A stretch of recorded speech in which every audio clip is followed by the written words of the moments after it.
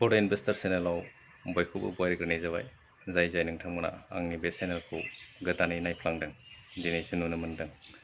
नोंथाङा चेनेलखौ साबस्क्राइब खालामनानै ला, अब्लाना बुजिगोन आं बे चेनेलावहाय मा इम्परटेन्ट नलेज नोंथांमोननो होलांबाय थागोन।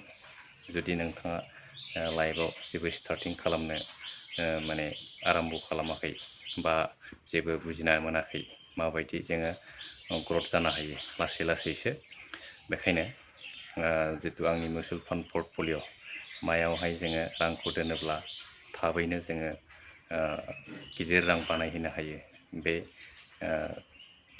नलेजखौ जोङो सोलोंना लानाया जोबोद गोनांथार। बेखायनो आंनि मिउचुवेल फान्ड पर्टफलिय'खौ नायनानै नोंथाङा बुजिनानै मोनगोन जे जोङो रां दोनथुमोब्ला बबे जायगायाव दोनथुमनांगौ आरो माबायदि बारायलांबाय थायो, बबे समसिम दोननांगौ, बेखौ आंनि भिडिअ'फ्राव नोंथाङा नायजोबबानो जाबाय, अब्लानो बुजिना मोनगोन। अब्ला भिडिअ'खौ जोबजासे नायलांदो।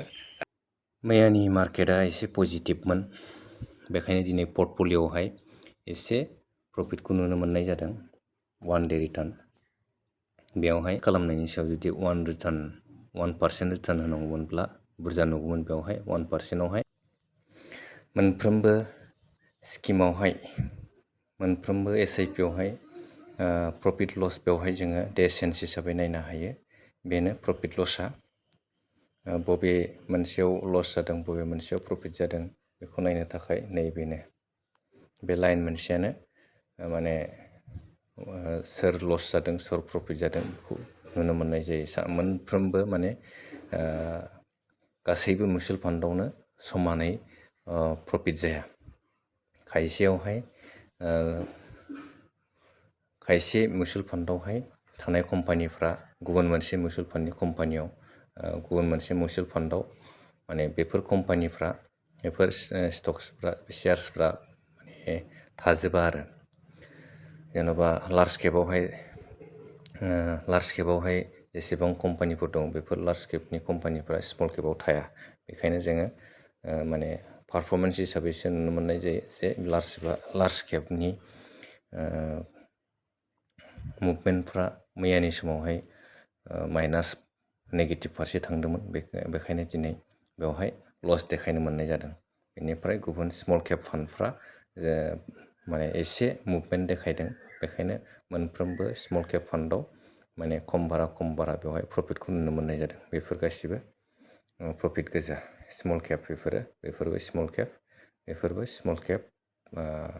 स्मल केप फान्डआवनो बांसिन इनभेस्ट खालामनाय जादों। एसेब्लाबो प्रफिट फैदों। थारमाने स्मल केपआव मैयानि समाव आङो माने एसे पारसेन्टबाबो प्रफिट जागोनखौ मिन्थिखानानै मोनदोंमोन। बेनिफ्राय लार्ज केपआवहाय नै लस देखायदों। दा बेफोर मिउचुवेल फान्डआवहाय जोङो एडजास्ट खालामनानै मा खालामनांगौ, डाइभारसिफाइ खालामनानै इनभेस्ट खालामजायो, SIP खालामजायो बा लामसामबो दोनजायो। नोंथांनि गोसो मथे जोङो इनभेस्ट खालामनो हायो। लं टार्मनि थाखाय जोङो स्मल केपआव दोनोब्ला बांसिन रिटार्नखौ नुनो मोननाय जायो। बेनिफ्राय लार्ज केपआ मिडियाम, मिड केप दङ, फ्लेक्सि केप दङ। बेबायदि गोबां जोङो सोलोंनो गोनां थायो। गासिबो माने मोनसेल' स्मल केपआव एसे माने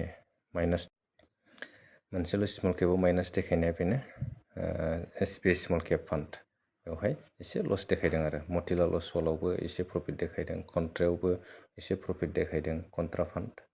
आरो फाराग फ्लेक्सि केप होनो बेखौ, बेवहायबो एसे प्रफिट देखायदों। मिड केपआवबो बेयाव एसे प्रफिट देखायदों। आरो स्मल केप आरो बिदिनो टटेलि प्रफिटखौ देखायफ्रामदों। माथ्र मोनसेल' स्मल केप आरो मोनसेल'